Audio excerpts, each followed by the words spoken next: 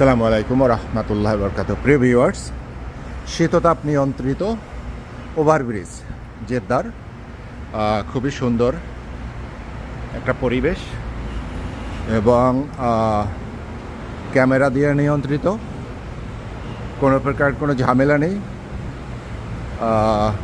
কোনো চোর নেই, বদমাশ নেই, গুন্ডা নেই। এর নাম হলো বিদেশ।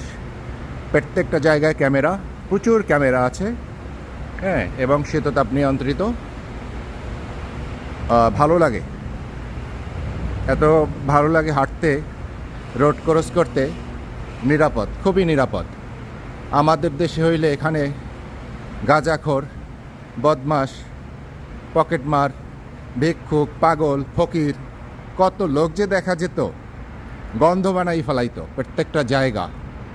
দেখেন মাশাআল্লাহ, এবং ব্রিজগুলো কমপ্লিট স্টিল এবং স্ক্রু দিয়ে আটকানো।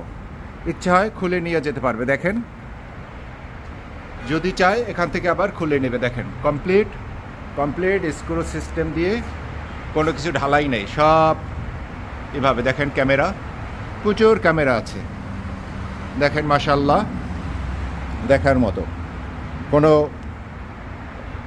আজে বাজে লোক নেই। দেখেন প্রত্যেকটা আপনার স্ক্রু সিস্টেম দিয়ে করা,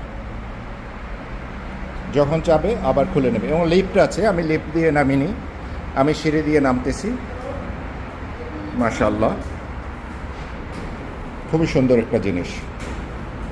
আসসালামু আলাইকুম।